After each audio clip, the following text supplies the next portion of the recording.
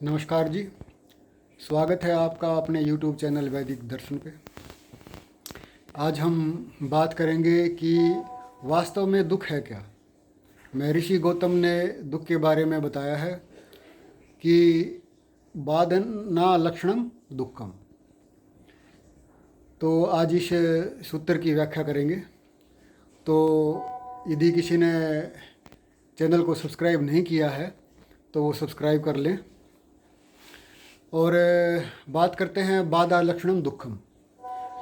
जो बाधा स्वरूप है, प्रतिकूल अनुभूति है, वो दुख है। यानी कि बाधना शब्द का अर्थ है प्रतिकूल स्थिति। बाधना पीड़ा, ताप, कष्ट, दुख, चिंता, ये सब एक ही अर्थ को बताने वाले शब्द हैं।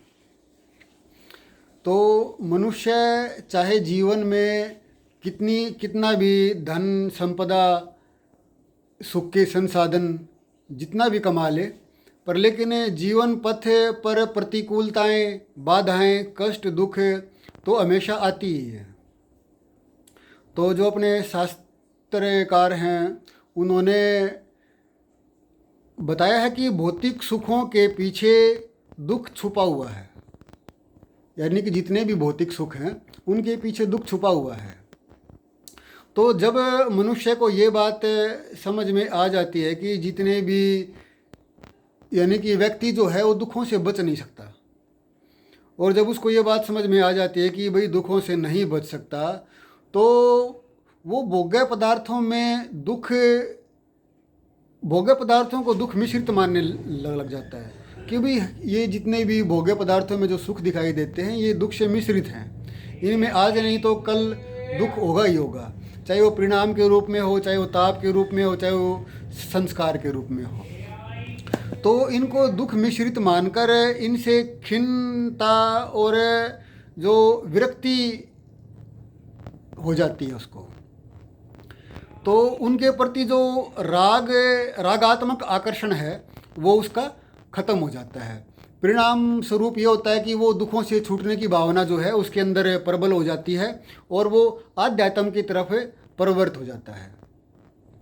और इसमें हमें इससे ये भी पता चलता है कि जो आध्यात्म की तरफ जो प्रवृत्त होते हैं वो इस संसार के सुखों में दुख देखकर ही आध्यात्म की तरफ प्रवृत्त हो जाता है। और आध्यात्म की तरफ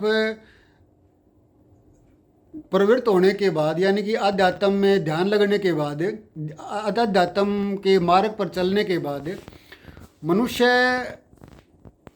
एक लंबे समय के बाद, कालांतर में, वो आत्मा और परमात्मा को जानकर,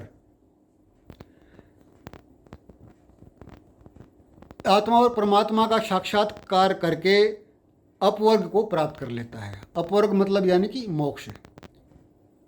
तो जब मनुष्य को ये पता चल जाता है कि भी जितने भी ये हम जो संसाधन इकट्ठे कर रहे हैं, जो भोगों की हमारी इच्छा है, इन सभी भोगों के पीछे दुख छुपा हुआ है और दुख कोई चाहता नहीं, तो इसलिए व्यक्ति जो है वो आध्यात्म के मार्ग पर चलता है और एक समय के बाद आत्मा और परमात्मा का साक्षात्कार कर लेता है और मोक्ष की प्राप्ति कर लेता है। मोक्ष की वो स्थिति है जहाँ पे दुख लेश मात्र भी नहीं है। तो हम सभी और आप सभी से आशा है कि आप इन सब बातों को समझकर और अपने आप को आध्यात्म के मार्ग में, परमात्मा के मार्ग पे, वेदों के मार्ग पे चलाएंगे और अपने जीवन में जितने भी दुख हैं उन दुखों से पीछा छुड़ाएंगे। नमस्कार जी।